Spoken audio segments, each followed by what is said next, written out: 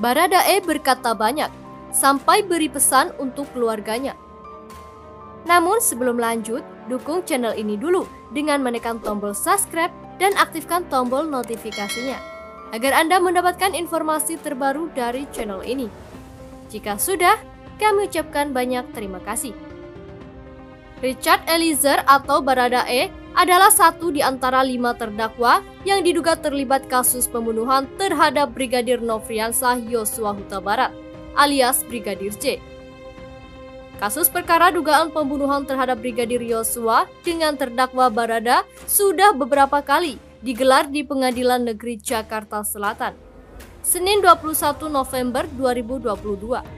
Rencananya sidang lanjutan pembunuhan Brigadir Yosua kembali digelar. Baradae kembali akan duduk di kursi pesakitan. Namun ada cerita sebelum kasus dugaan pembunuhan terhadap Brigadir Yosua ini terungkap. Hal itu dikatakan kuasa hukum Baradae, Roni Talapesi, dalam podcast bersama Wakil Pemimpin Umum Harian Kompas Budiman Tanurejo. Dikutip dari Kompas TV, Minggu 20 November 2022. Dari keterangan Roni Talapesi, Baradae sempat diintimidasi Ferdy Sambo.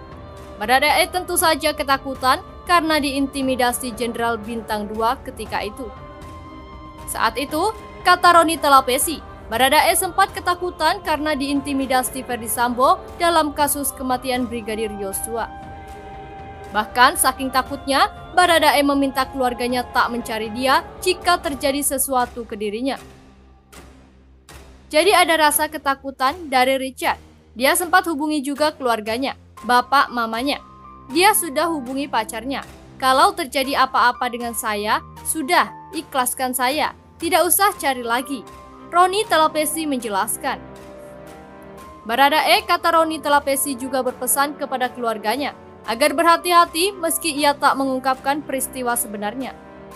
Saya minta keluarga hati-hati, baik-baik. Jadi, kalau ada apa-apa sudah nggak usah cari saya lagi, kata Roni Talapesi menirukan perkataan Baradae.